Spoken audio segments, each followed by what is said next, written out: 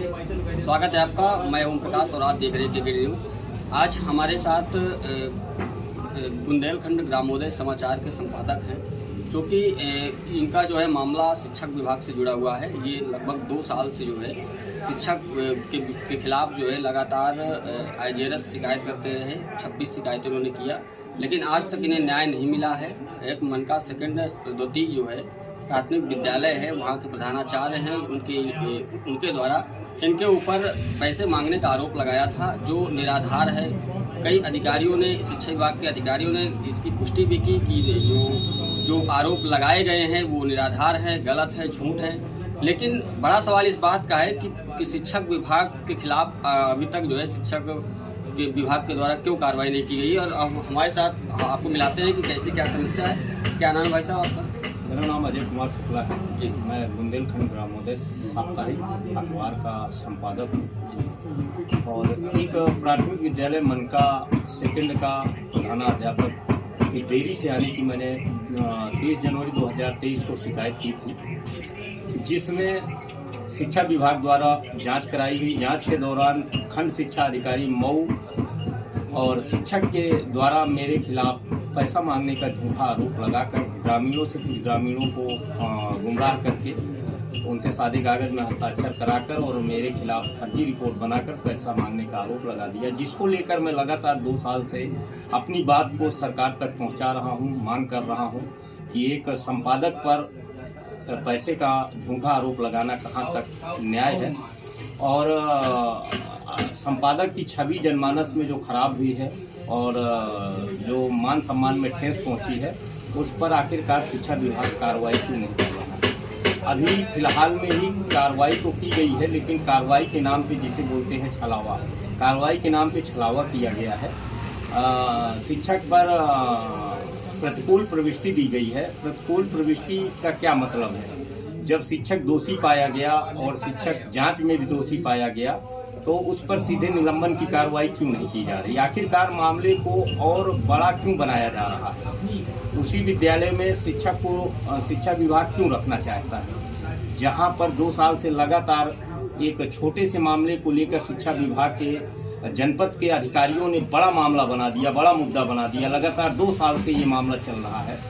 उस बात पर शिक्षा विभाग गंभीरता से उस बात को क्यों नहीं ले रहा और शिक्षक पर ठोस कार्रवाई क्यों नहीं की जा रही? क्या ऐसा तो नहीं है कि दोबारा से शिक्षक को चांस दिया जा रहा हो कि इसके ऊपर फिर से दोबारा कोई बड़ी घटना घटित कोई सिस्टम तो नहीं है? अब ये तो अभी हमारे संज्ञान में नहीं है, पर कुछ कहा नहीं जा सकता है, क्योंकि जब जो मामला 2 साल से लगातार और सारे साक्ष्य मैं पेश कर चुका हूँ। यहाँ तक कि जिन ग्रामीणों से शिक्षक द्वारा सादे कागज में दस्तखत कराए गए थे, उनसे मैंने 10 रुपए के स्टाम्प में नोटरी भी करवा लिया है और उनका बयान भी है, मीडिया में भी चला कि उनसे सादे कागज में हस्ताक्षर कराया गया, उनसे झूठ बोला गया। तो कहीं ना कहीं शिक्षक हर एंगल में दोषी है। उसके बाद भी शिक्षा विभाग के जो जिले के अधिकारी हैं, वो पूरी तरह से मामले को गुमराह कर रहे हैं, मामले को और बड़ा बनाना चाहते हैं और कहीं ना कहीं ये मामला एक दिन बड़ा विवादित ना बन जाए। तो मैं शिक्षा विभाग के जिले के अधिकारियों से अनुरोध करना चाहूँगा कि इस मामले में कड़ी कार्रवाई करें और शिक्षक को निलंबन करें। निलंबन करने के बाद शिक्षक को कहीं और जगह पे कर दें, अन्यथा की दशा में मामला इसी तरह अगर चलता रहा तो कहीं कोई बड़ी मामले की ओर बनता नजर आ रहा है। जैसे कि उत्तर प्रदेश सरकार योगी आदित्यनाथ जो है, मुख्यमंत्री जो हेल्पलाइन नंबर है जो 1076 है, वो एक तरह से जो है एक आम जनमानस के लिए और अधिकारियों के लिए, लोगों के लिए एक सजग करने के लिए पोर्टल का लॉन्च किया गया, पोर्टल चलाया गया है, ताकि लोग आम जनमानस को अच्छी जो है सुविधाएं मिल सके। सुविधाएं क्या? जैसे कि कोई समस्या हो तो समस्या में उसका तत्कालीन निस्तारण किया जाए। तो इस IGRS को क्या कहेंगे कि बताइए, लगातार 26 शिकायतें आपने किया और 26 शिकायतों में सिर्फ झूठी मिथ्या रिपोर्टें लगाई गई।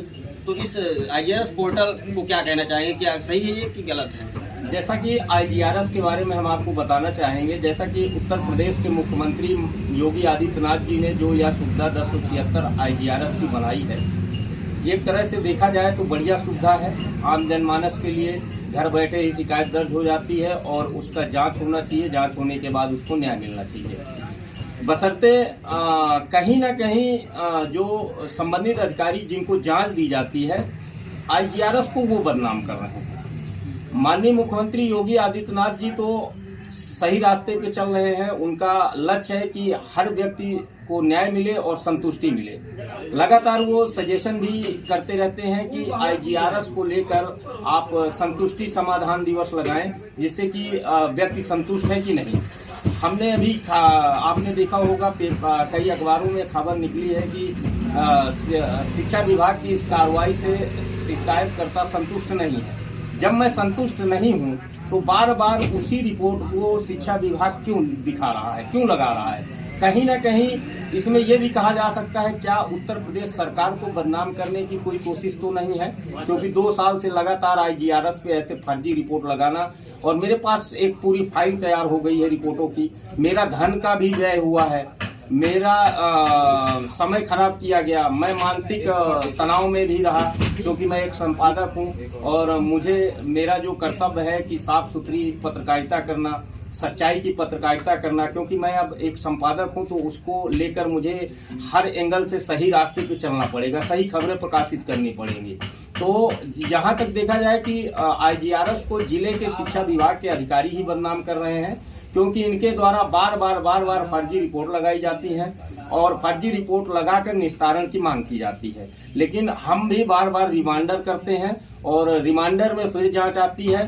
कष्ट इस बात का है कि जांच उसी अधिकारी को आती है जो अधिकारी बार बार गलत रिपोर्ट लगा रहा है। आखिरकार जांच किसी अन्य जिले के अधिकारी से क्यों नहीं करवाई जा रही है? जब तक कार्रवाई नहीं होगी तब तक मैं संतुष्ट नहीं होऊंगा, और जब तक प्रधानाध्यापक को निलंबन नहीं की जाएगी तब तक मैं ये लड़ाई लड़ता रहूंगा। चलिए, मेरे साथ थे अजय शुक्ला जी, संपादक बुंदेलखंड ग्रामोदय समाचार मासिक पत्रिका। तो इनके द्वारा बताया गया कि जब तक मुझे न्याय नहीं मिलेगा तब तक मैं शिकायतें करता रहूंगा, जब तक प्रधानाचार्य को इस विद्यालय से निलंबित नहीं कर दिया जाएगा या निलंबन नहीं कर दिया जाएगा, तब तक मैं ये लड़ाई लड़ता रहूंगा। 2 साल से लगातार शिक्षा विभाग गुमराह करने का काम कर रहे हैं। आखिर प्रधानाचार्य को उस विद्यालय से क्यों नहीं निलंबन किया जाता है?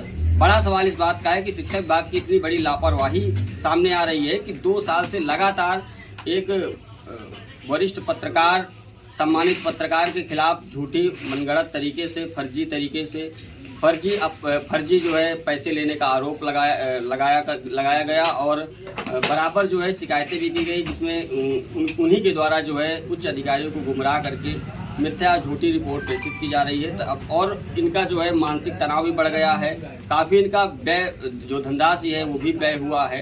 तो ये सब चीज़ों के लेकर जिला प्रशासन और शिक्षा विभाग आखिर प्रधानाचार्य के ऊपर क्यों नहीं बड़ी कार्रवाई कर रहा है? Video journalist